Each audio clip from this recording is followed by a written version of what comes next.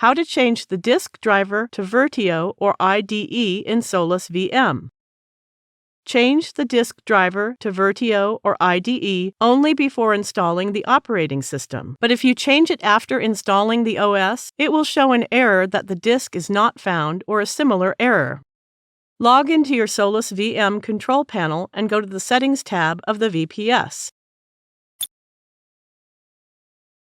Click to open the drop-down list for disk driver and select the disk driver you wish to use.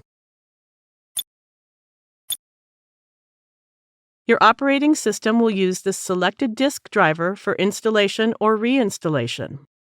Click to reboot for the changes to take effect.